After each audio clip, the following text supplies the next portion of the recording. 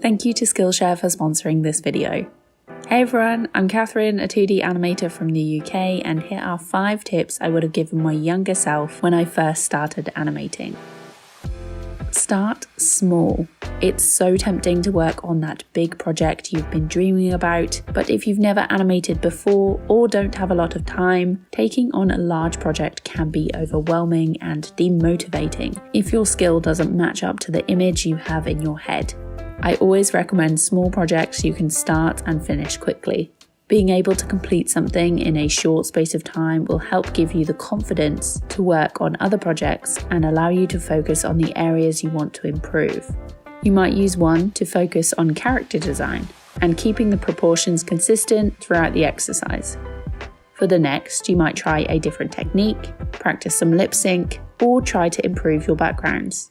With each project, you can make them a little longer and a little more detailed.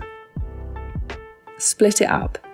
Although it's good to study topics like colour theory, anatomy, and perspective, if I'm not having fun, I'm more likely to get distracted or switch to something else. Try studying your chosen topic for 20 minutes a day before you move on to something more fun. Or if you have a larger project or study session, break the task down into smaller, more manageable chunks. You'll be surprised at how much you get done once you start. Try new things. While there are certain things I love to animate like smears and glitches, I will get bored if I have to draw them all the time. Testing out new styles, materials, and topics will help keep you interested. Make sure they're short, choose what to carry forward, and how to improve what you don't like to polish your next project. By trying something new, you might find some techniques and topics you wouldn't have considered before. Thank you to Skillshare for sponsoring this video. Recently, I've been trying to improve the editing in my videos.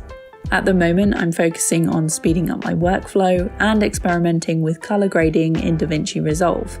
To do this, I've been taking classes on Skillshare. If you haven't heard of Skillshare before, they're a platform that has thousands of classes on a ton of different topics.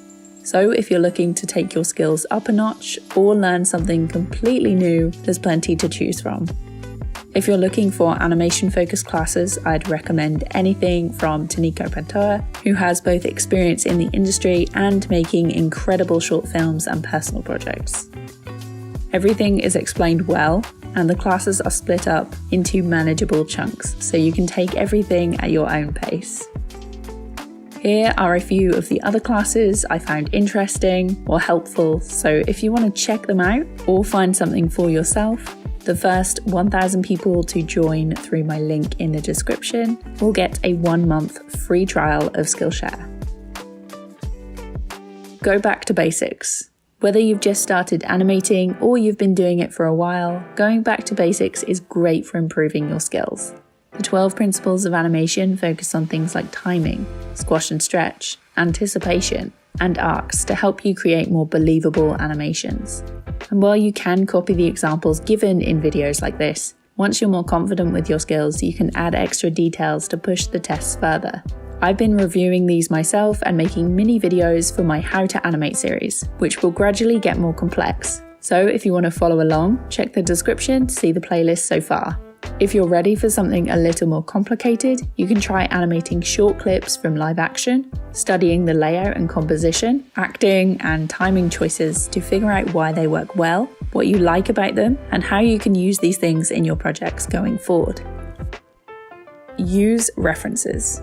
Using references makes your life so much easier, and despite what you may think or have heard online, using them is not cheating. You might be embarrassed about recording or having pictures of yourself to show the movement or pose you had in mind, but you don't have to share the references with anyone else, and it will help you understand the smaller actions within the movement.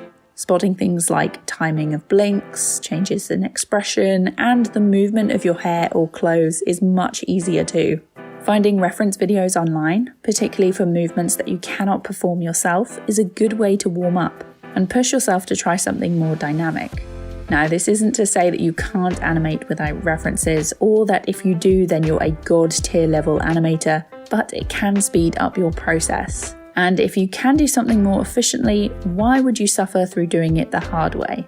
Working as a freelancer or in a studio on creative projects, the deadlines are usually quite tight. So anything you can do to save time and energy is always a positive. If you want some more animation tips or simple exercises to try, take a look at this.